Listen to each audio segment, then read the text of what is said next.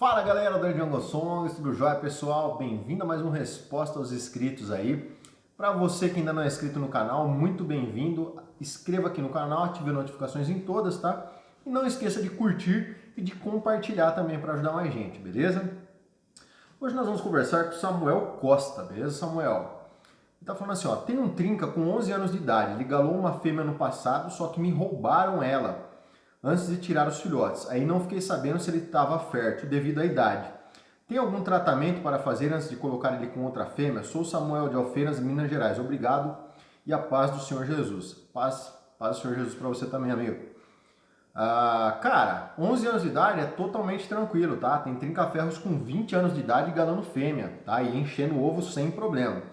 Se você tem uma boa alimentação para esse pássaro aí, se o pássaro não está obeso, não tem nenhuma patologia, ou seja, não tem nenhuma verminose, coccidiose, nada aí, tá? Problema de micoplasmose, etc, tudo, provavelmente seu trinca-ferro esteja sim enchendo o ovo, tá bom? A melhor forma de você saber isso é colocar ele para estar cruzando novamente com a sua fêmea, tá bom? Então, idade não tem problema nenhum nesse quesito. Eu tenho tico-ticos aqui no plantel de 15 anos e enche ovo normalzinho, cara, não falha um ovo, tá bom? Então pode ficar tranquilo que essa idade para o trinca-ferro é uma idade tranquila, tá? E 1/3 da vida dele, tá bom? Um grande abraço.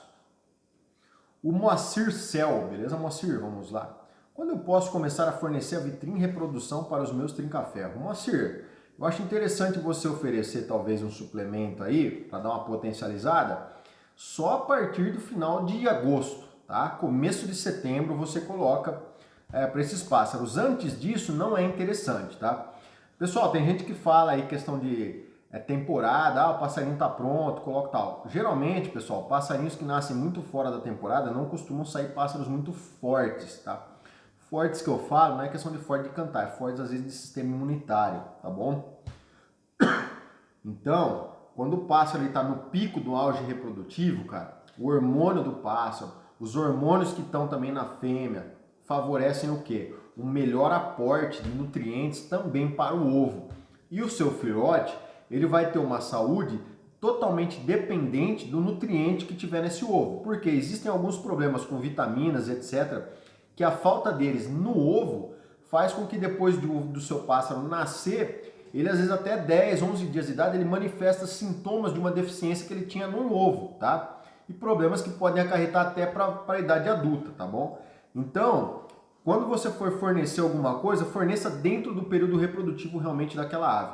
Não estimule o seu pássaro fora do período, por exemplo, reprodutivo. É igual a muda forçada. Se você fizer uma muda forçada, o empenamento do pássaro, quando é feita a muda forçada, ele nunca vai ser tão perfeito quanto durante realmente o período de muda. Ou seja, às vezes você vai ter uma pena mais fraca, uma pena mais opaca, uma pena com linhas às vezes de sinal de estresse, alguma coisa, tá? Então tudo no ciclo aí, vamos dizer assim, no ciclo circadiano, tá? Que a gente tem aí nos pássaros, da mesma forma que nos humanos acontece isso, nos pássaros também acontece um ciclo hormonal, não só diário, mas um ciclo hormonal anual, tá bom? E é importante que o pássaro esteja fazendo cada atividade dele durante o período correto em que aqueles hormônios estão trabalhando da melhor forma, beleza?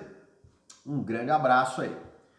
A Mônica Alvincide, beleza, Mônica? Ela tá perguntando a respeito do pássaro preto, tá? Ela falou aqui que também chamou aqui de merro, né? Merro, graúna, chico, tem vários nomes aí que a gente vai ter no Brasil. Vamos lá. Ela tá falando assim, ó. Eu ganhei um merro todo preto, mas estou achando que ele está cego. Como posso saber a idade? Ele fugiu 2 vezes e não vai longe, mora no 3º andar e ele desce ali mesmo, tropeça muito, tá? Na verdade, você pode fazer exame de cegueira, tá? Levando ele a um veterinário, o veterinário vai pegar ele na mão, vai fazer uma análise também, vai fazer alguns testes com ele, tá? Porque às vezes ele não tá com uma cegueira completa, tá? O seu pássaro muitas vezes ele pode estar com uma cegueira parcial, por isso que às vezes ele enxerga, vai ali perto, tudo, porque ele não está indo longe, porque ele acaba não tendo uma boa acuidade visual, tá bom? A idade do pássaro, não se existe um exame ainda que dose a idade de pássaros, tá? Infelizmente não existe isso. Uma técnica que consiga realmente quantificar a idade de qualquer pássaro ou ave, tá? Não existe esse exame ainda, tá bom? Então, o que acontece? Você deveria levar ele a um veterinário para fazer análise, para ver se ele não está aí com o começo, por exemplo, de uma catarata, tá? Catarata costuma acontecer bastante em pássaros ou velhos ou pássaros que tiveram aí durante algum período na sua vida uma hipovitaminose, tá? Uma deficiência vitamínica, tá? Então, ou às vezes o pássaro também pode ter tido diabetes, tá? Etc, que podem favorecer muitas vezes aparecer essas cataratas aí e outros problemas também, tá? Outros protozoários, etc. Então é interessante visitar um profissional para que ele possa dar uma avaliação do seu pássaro correta, tá bom? Do contrário, a gente vai ficar, vamos dizer assim, muito na subjetividade, tá bom? E aí fica sem saber o que realmente é, tá bom? Um grande abraço e uma coisa que eu aconselho você, fornecer uma boa estruzada para esse pássaro preto, tá? Porque se ele tiver com alguma deficiência vitamínica, vai corrigir, tá? E vai ajudar esse quadro aí do seu pássaro preto não ficar mais grave, ou seja, essa lesão ou essa cegueira ela pode se estabilizar aí, não comprometendo o seu pássaro de uma forma mais aí, intensa no futuro, beleza? Um grande abraço. O Washington Zeda, beleza, Washington? Vamos lá. Noite de paz para nós, Alexandre. Igualmente, amigo, paz aí. Seria bom oferecer pelo menos uma vez por ano carvão na água dos pássaros para dar uma aliviada no intestino dela? Abraço e fica com Deus. Washington, eu particularmente, cara, eu acho interessante às vezes, cara, você fornecer um carvão ativado, se você tiver aí, até um dia por semana, tá? No final de semana, por exemplo, você oferecer um dia de carvão ativado aí, ou carvão vegetal mesmo, na água de beber, cara. É muito interessante as propriedades do carvão, tá? Principalmente se você tiver pássaros que tiver algum tipo de intoxicação, etc. Cara, para micotoxina, para muitas vezes aí toxinas causadas por bactérias, cara, é excepcional o efeito que o carvão tem, tá? Fornecido na água. Então, se você quiser dar uma vez por semana, coloca um bebedor, deixa a ave tomar, por exemplo, o dia inteiro aquela água, pode dar tranquilamente. Do contrário, pode colocar uma vez por mês aí, uma vez a cada 15 dias, tá bom? Não há uma necessidade em si de você estar colocando sempre. Mas também, se você fornecer, desde que não seja todo dia, logicamente, porque senão ele pode atrapalhar a absorção de algumas vitaminas, tá? Mas é interessante de vez em quando, você pode fornecer sim como coadjuvante, que faz bem para a saúde. Beleza? Já salvei passarinho envenenado com carvão, tá? Esse curió aqui, eu comprei uma mistura de semente para ele de um lugar e tava linda a semente. Mas não sei o que tinha na semente, que ele comeu, ficou ruim já no outro dia, tá? Já encurujou, começou a dormir durante o dia virado. Aí minha esposa comentou comigo, falou, dá o carvão ativado para ele que eu tô achando que isso daí é intoxicação, tá? Aí eu peguei e falei, pô, verdade, né? Não tinha nem pensado nisso daí. A gente já acha que é tudo cocidiose, essas coisas, né? Eu já tava pensando em alguma patologia. Poxa, eu dei o carvão ativado, meu. Eu dei no dia, no outro dia o passarinho já tava bem, cara, tá? E aí eu deixei mais uns 4 dias de carvão ativado, recuperou, ficou perfeito. Peguei aquela mistura de semente, joguei tudo fora, coloquei uma nova, zerou o passarinho, tá? Salvei também o cachorro do meu sogro. Cheguei lá, o cachorro tinha sido envenenado. O cachorro estava vomitando, tendo espasmo muscular, tava péssimo. A gente não tinha carvão na hora, tá?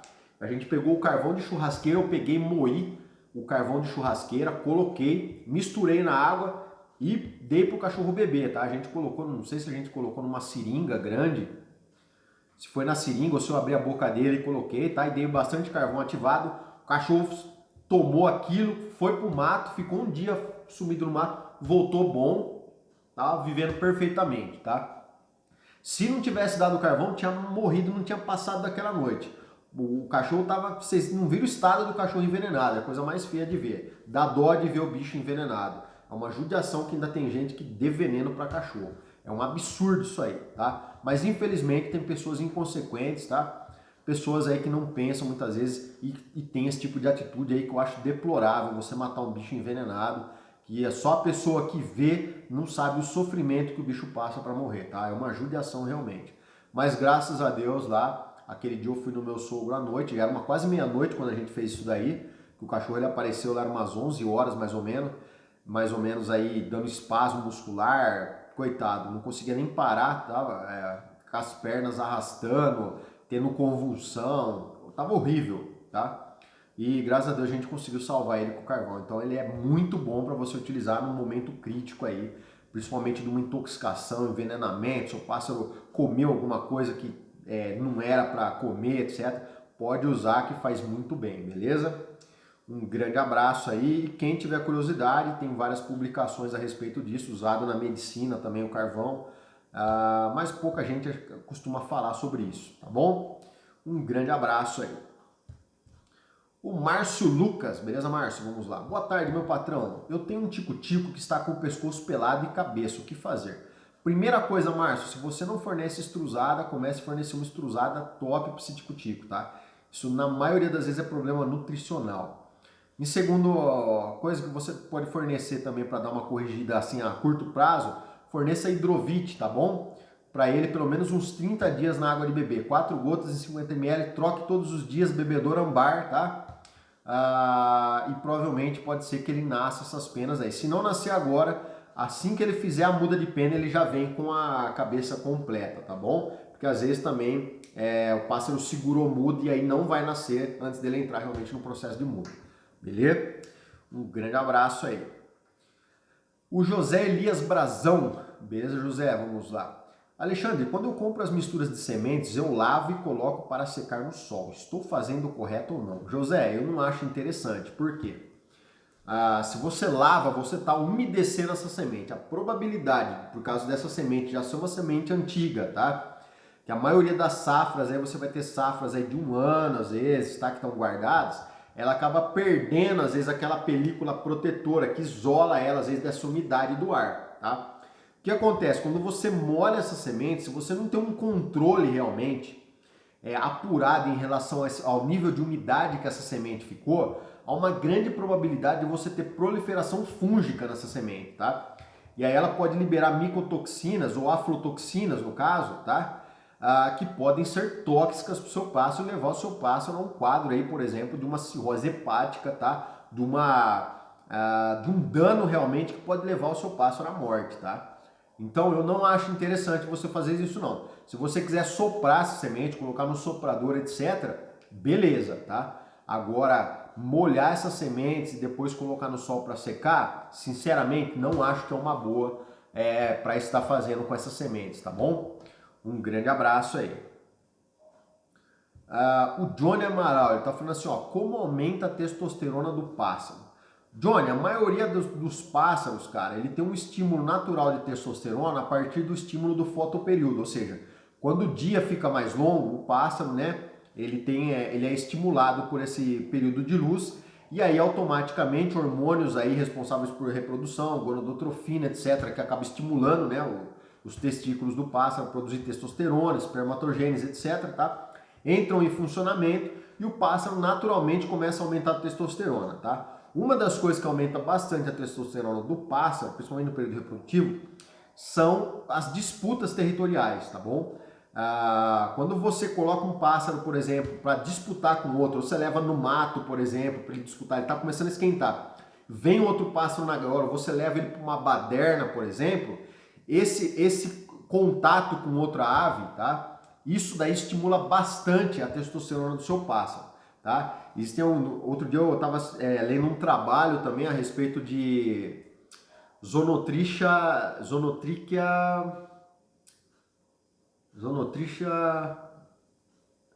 eu não lembro se era o albicollis, tá? Era um Zonotrichia do Canadá, tá? Uma espécie. E aí os pesquisadores também, né, fizeram estímulos dele fora do período reprodutivo, assim como eu mostro para vocês aí, né, dos tico-ticos, que é de colocar a gaiola de frente um com o outro ali, deixar dar aquelas brigadinhas e abrir, que é um estímulo que eu já vi na natureza. Já tem vídeo no canal mostrando esse comportamento deles, dando essas briguinhas, né, próximo ali da linha de território um do outro, que estimulam eles a esquentar, tá? Mas também tem pesquisadores que já publicaram alguns trabalhos falando sobre isso, tá? Por isso que eu acho importante você às vezes passear com o pássaro no mato, logicamente, tendo os cuidados, né, para que o pássaro não tenha um contato muito forte com o outro, tá? E não possa haver, às vezes, um acidente, tá, de um pássaro machucar o outro. Mas é importante esse contato, principalmente para quando você quer usar os galadores, tá? Às vezes você tem um pássaro que às vezes ele não está muito quente, é interessante você levar para uma baderna, depois que você chegar da baderna, umas 2 horas depois, aí mais ou menos, se chegar da baderna na sua casa, você colocar esse pássaro para galar, porque a testosterona dele costuma estar bem alta, tá? E você vai favorecer que esse pássaro, às vezes até aquele pássaro que tem medo de fêmea, às vezes ele peneira e não gala a fêmea, a partir do momento que você faz esse estímulo que a testosterona dele está mais alta, ele fica mais corajoso, mais ousado em relação à fêmea, e às vezes você consegue fazer aí com que o seu pássaro gale a fêmea a partir desse tipo de manejo, tá bom? Então é a parte que mais estimula eles, é esse contato com outro macho, por exemplo, na disputa territorial. Fechou? Um grande abraço aí. A Josinalva Melo, beleza, Josinalva? Vamos lá. Tomar um chazão aqui de gengibre, pessoal.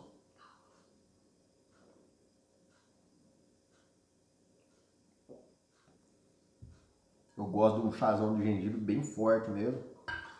Isso aqui tá queimando mesmo, do jeito que eu gosto. Então, vamos que vamos, né? Já dá um gás aí. Ela tá perguntando assim, ó, Josinalva Mello. Bom dia, Leo. O bichinho está feliz na natureza, hein? Tá falando do trinca-ferro. Posso fazer uma pergunta para você, meu amigo? Meu trinca já fez muda, agora tá caindo um pouco de penas, repasse, né? Eu tenho que cobrir a gaiola ou eu posso deixar sem ser coberta? Ele come ração extrusada, folhas verdes, obrigado. Eu escrevi um caderno para você. Obrigado, meu amigo, um bom dia, viu? Que Deus te abençoe. Amém, Josinalva. Igualmente para você aí. Josinalva, você não precisa de encapar a gaiola para o seu trinca-ferro fazer muda, desde que você esteja enquadrada nessas condições. O local que você está deixando esse trinca-ferro não tenha correntes de vento, tá? Se você estiver deixando ele num lugar que não tenha correntes de vento, sem problema você deixar encapado. Agora, se ele estiver fazendo repasse, você colocar ele num lugar e entra vento naquele lugar, ou por janela, por porta, etc., aí eu acho interessante você colocar uma capa na gaiola do seu pássaro para evitar problemas, às vezes, de uma muda encruada, de uma rouquidão, uma baixa imunitária, tá? Do seu pássaro. Fora isso, não. Pode deixar sem capa o pássaro, beleza? Um grande abraço aí. O Marcos Tadeu, beleza? Marcos, vamos lá. Ale, beleza? Posso puxar meu tico-tico fora da temporada mesmo frio? Ele saiu da muda, isso pode fazer diferença lá na frente? Marcos, você pode puxar esse pássaro desde que não seja para disputar com outro ou para levar no mato, por exemplo, onde tem um outro tico-tico, tá? Porque se você levar o seu pássaro frio na natureza, num lugar que tiver outro tico-tico, por exemplo, acasalado, que ele fica o ano inteiro ali territorialista naquele lugar, você pode causar um trauma no seu pássaro, tá? E aí toda vez que você levar ele, mesmo ele estando quente, para aquele local, ele pode correr. Às vezes nos outros lugares ele canta bem, você leva naquele lugar ele entopeta. Por quê? Porque você está dando um estímulo para ele fora do período reprodutivo, onde a testosterona dele está baixa. Então o pássaro ele fica mais sensível a gravar aquele estímulo negativo. É igual às vezes acontece com o pessoal que vai cortar a unha, vai tirar a casca do pé do passarinho, quando o pássaro está em muda de pena, quando o pássaro às vezes está frio. O que acontece? Às vezes o pássaro cisma com o dono, depois ele fica corrido pro dono. Por quê? Porque fez a coisa certa na hora errada, tá? Então tudo a gente tem que fazer com uma certa inteligência no manejo, senão você acaba atrapalhando o seu pássaro. Então eu particularmente não levaria passarinho para puxada agora, tá? Estando frio. Puxada só lá na frente. Se você levar o seu pássaro para puxada agora, sim, com certeza lá na frente você vai ter problema com esse pássaro aí, tá bom? Um grande abraço. O Daniel Caio Pietro, beleza, Daniel? Última pergunta do dia hoje é sua, vamos lá. Boa noite, meu azulão está empenado, porém na cabeça dele tem um tipo, uma espécie de cartuchos brancos bem pequenos. O que eu faço? Nada, não faz nada. Provavelmente está nascendo as penas, tá? As peninhas da cabeça dele nasceram. E aí o que acontece? Quando as peninhas nascem, que elas abrem a pena, vai formar como se fosse uma caspa branca, tá? Que é nada mais, nada menos do que aquele bulbo da pena ali, aquela cápsula da pena, tá? Que ela acaba se partindo, tá? E aí ela acaba ficando porosa e sai. Então, sem problema nenhum, tá? Só esperar que daqui a pouco ele vai estar sem nenhum tipo desses cartuchinhos brancos aí na cabeça, tá bom? Faz parte totalmente do processo de muda de penas isso aí. Fechou? Pessoal, vou ficando por aqui então. Um grande abraço a todos, fiquem com Deus, curta, inscreva-se, compartilhe e deixe a sua pergunta que assim que possível estarei respondendo para vocês. Valeu!